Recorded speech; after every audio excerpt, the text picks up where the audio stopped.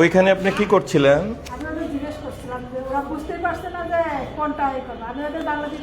আচ্ছা, এবার প্রধান শিক্ষক সাহেব বলেন যে আপনার ক্লাস 6-এর বাচ্চারা রিডিং পড়তে পারে না কেন? এটাকে আপনার দায়িত্বের মধ্যে পড়ে কিনা? বাচ্চাদের টেক কেয়ার করা কি আপনার দায়িত্বের মধ্যে পড়ে? তাহলে ওরা রিডিং পড়তে পারে না কেন? কবিতা তো ছোট কবিতা, বড় লাইন না। ক্লাস 6-এর বাচ্চা রিডিং পড়তে পারে না, এটা নিয়ে আপনি কখনো খবর নিয়েছেন, খেয়াল করেছেন, বা এটা নিয়ে কোনো ব্যবস্থা নিয়েছেন?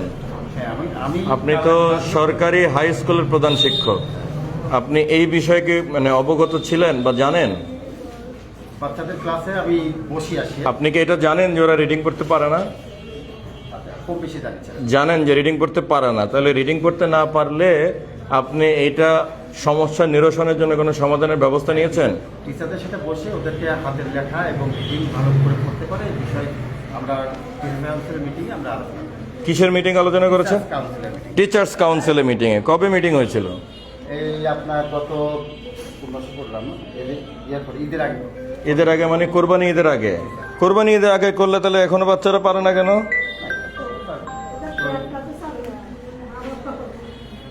ক্লাস 6-এর পরে বাচ্চা সে রিডিং করতে পারে না, তাহলে আপনার কম বেশি দুর্বল হলে আপনার এখানে লাভ কি? তাহলে আপনি তাহলে কি দেখলেন, কি দেখাশোনা করলেন? আপনি তো টিচারদেরও অভিভাবক, বাচ্চাদেরও অভিভাবক, তাহলে আপনি কি দেখলেন? তাহলে কি দেখলেন যে ওরা রিডিং করতে পারে না? আসসালামু আলাইকুম ওয়া রাহমাতুল্লাহি ওয়া বারাকাতুহু। একজন টিউনো স্যার একটি স্কুলে গিয়ে সেখানে ক্লাস 6-এর বাচ্চারা কেন রিডিং পড়তে পারছে না সেই বিষয়ে সেই স্কুলের প্রধান শিক্ষকের কাছে বিভিন্ন বিষয়ে জিজ্ঞাসাবাদ করছিলেন, এবং স্কুলের প্রধান শিক্ষক ভয়ে ততস্থ হয়ে জড়সড় হয়ে সেই স্যার মানে সেই অফিসার টিউনো অর্থে ইউনো যিনি যে অভিযোগগুলো করছিলেন তিনি জি স্যার বলে সবকিছু আসলে মাথা পেতে নিচ্ছিলেন এবং বিভিন্ন বিষয়ে প্রশ্ন করছিলেন যা তিনি সহজেই মেনে নিচ্ছিলেন। এখন একটু ভিন্ন দৃষ্টিতে আপনাদেরকে কিছু কথা বলবো। আপনারা জানেন যে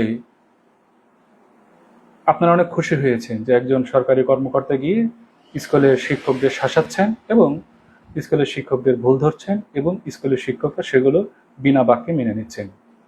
এবার আপনাকে বলি, একজন সরকারি বড় কর্মকর্তা যিনি স্কুলে গিয়ে স্কুলের শিক্ষকদের শাসাচ্ছেন, পরিস্থিতি বিবেচনায় এবং পরিস্থিতি ব্যাখ্যা বিশ্লেষণে সেই শিক্ষক সবকিছু মেনে নিচ্ছেন, কারণ পাল্টা জবাব দেয়া বা যুক্তি খণ্ডন করার মতন অন্তরের সাহস এবং পরিবেশ পরিস্থিতি ওই সময়ে ছিল না।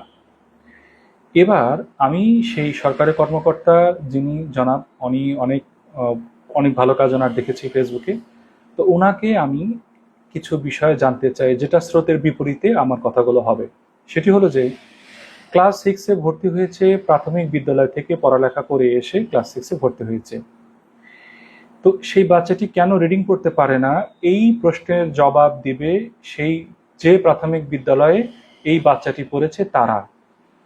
ক্লাস 6-এর বা এই যে হাই স্কুলের এই স্কুল এর জবাব দিবে না, কারণ এই স্কুলের কাজ এইটা না যে ক্লাস 6-এর কাজ এইটা না যে বাচ্চাকে রিডিং পড়ানো শেখাবে, বাচ্চার রিডিং বানান শেখাবে, স্লেবল শেখাবে, নামতা শেখাবে, এগুলো হাই স্কুলের কাজ নয়।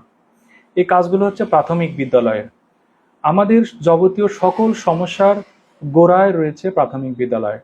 64-65 হাজার সরকারি প্রাথমিক বিদ্যালয়ে যা হয় এটা ব্যাখ্যা বিশ্লেষণ করে বলতে গেলে অনেক দুঃখজনক বিষয়গুলো ঘটে থাকে, কিন্তু আপনারা মূল সমস্যা যেখানে সেটাতে হাত দেন, সেটা হলো প্রাথমিক বিদ্যালয়গুলো। KG school, private school, cadet স্কুলগুলো যে প্রাথমিক বিদ্যালয় রয়েছে তারা মোটামুটি খুব ভালোই সার্ভিস দেয় সরকারি প্রাথমিক বিদ্যালয়ের তুলনায়। এই বাচ্চাটার পিছনে একটু ঘেটে দেখুন সে কোন ধরনের প্রাথমিক বিদ্যালয়ে পড়েছে এবং সেই স্কুলের জবাবদিহি করুন যে আপনি কিভাবে ক্লাস 5-এ তাকে একটা সার্টিফিকেট দিয়ে দিলেন এবং সেই সার্টিফিকেট দেখিয়ে সে অন্য একটি হাই স্কুলে গিয়ে ক্লাস 6-এ ভর্তি হলো। এই জবাবটা সেই প্রাথমিক বিদ্যালয় নেন।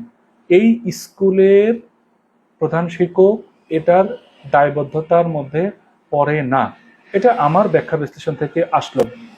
যদি আমার যুক্তি ভুল হয়ে থাকে আমার যুক্তি খণ্ডন করতে পারেন, আর যদি আমার কথা ঠিক হয়ে থাকে তাহলে যথাযথ ব্যবস্থা গ্রহণ করবেন। আপনাদের সুস্বাস্থ্য কামনা করছি। ভালো থাকুন। আসসালামু আলাইকুম।